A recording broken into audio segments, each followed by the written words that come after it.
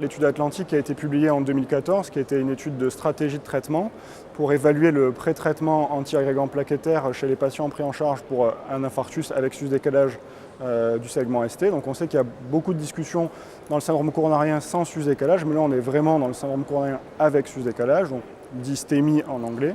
L'idée c'était d'évaluer en fait la place du ticagrelor en préhospitalier versus en période hospitalière et d'évaluer l'efficacité du traitement sur la reperfusion qui a été évaluée d'une part par la résolution du segment ST à l'électrocardiogramme et d'autre part par des critères angiographiques avec une amélioration du flux coronaire.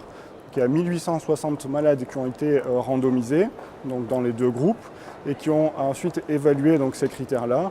Et on retrouve que le ticagrelor finalement n'améliore pas, il n'y a pas de différence en fait, dans les deux groupes sur cet élément-là. Il n'y a pas de différence non plus en ce qui concerne les hémorragies. En revanche, quand on regarde au niveau de l'hôpital et à 30 jours, on a une amélioration nette des événements sur la thrombose de stent avec une diminution drastique pour les patients qui ont eu le ticagrelor en préhospitalier. Et donc c'est un élément majeur puisqu'on sait bien que c'est vraiment la complication qui est la plus redoutée du cardiologue interventionnel. L'étude Atlantique a été mise à l'honneur à l'ESC avec plusieurs analyses complémentaires, donc particulièrement une évaluation des populations en risque et chez le patient âgé. Donc le cutoff utilisé était de 75 ans. Et donc dans cette analyse complémentaire, il a été étudié la différence du ticagrelor et de la population, des caractéristiques de la population en fonction de ce seuil d'âge. Comme on pouvait s'y attendre, les malades ont plus de comorbidités, plus d'insuffisance rénale, plus de diabète.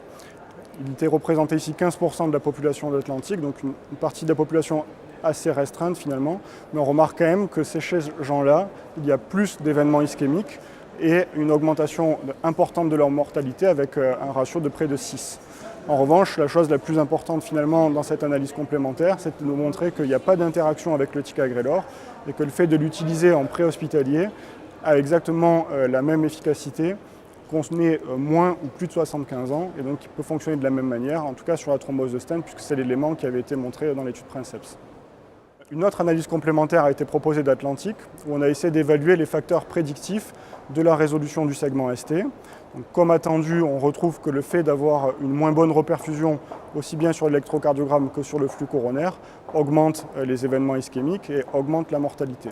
Et l'idée ici était de savoir si le ticagrelor, quels étaient les facteurs prédictifs finalement d'avoir une résolution du segment ST. Et on a retrouvé des facteurs péjoratifs que sont en particulier le diabète et le délai de prise en charge. Plus le malade met du temps à appeler, moins bonne sera la reperfusion. En revanche, il n'y a pas d'éléments significatifs pour le ticagrelor, en préhospitalier ou non, mais une tendance avec une amélioration potentielle de la résolution du segment ST, bien que ce n'ait pas été démontré statistiquement. Une dernière analyse complémentaire d'Atlantis a été proposée par le groupe Action, où a été évalué finalement les différentes stratégies d'anticoagulation qui y sont associées. Donc on sait que dans le monde, l'héparine non fractionnée est le produit le plus utilisé, bien qu'on a vu à l'ESC que les recommandations avaient été un peu modifiées avec une place plus importante de l'enoxaparine et une diminution de recommandations pour la bivaluridine.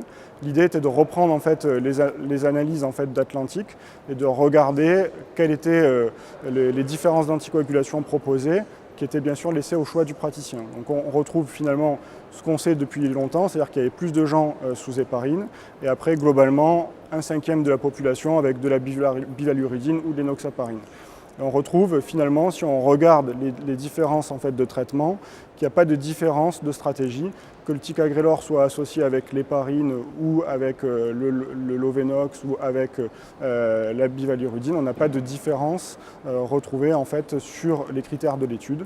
On remarque ensuite si on ajuste seulement sur des variables qui sont classiques comme l'âge, le sexe, le poids, le diabète, qui semblerait que sur le bénéfice clinique net, c'est-à-dire l'association des événements ischémiques et hémorragiques, que la bivaluridine fasse un peu mieux, mais ce sont des analyses post-hoc et les patients qui étaient sous bivaluridine n'avaient pas d'anti de B3A et donc avaient moins de saignements, ce qui devait probablement tirer un petit peu le critère dans ce sens.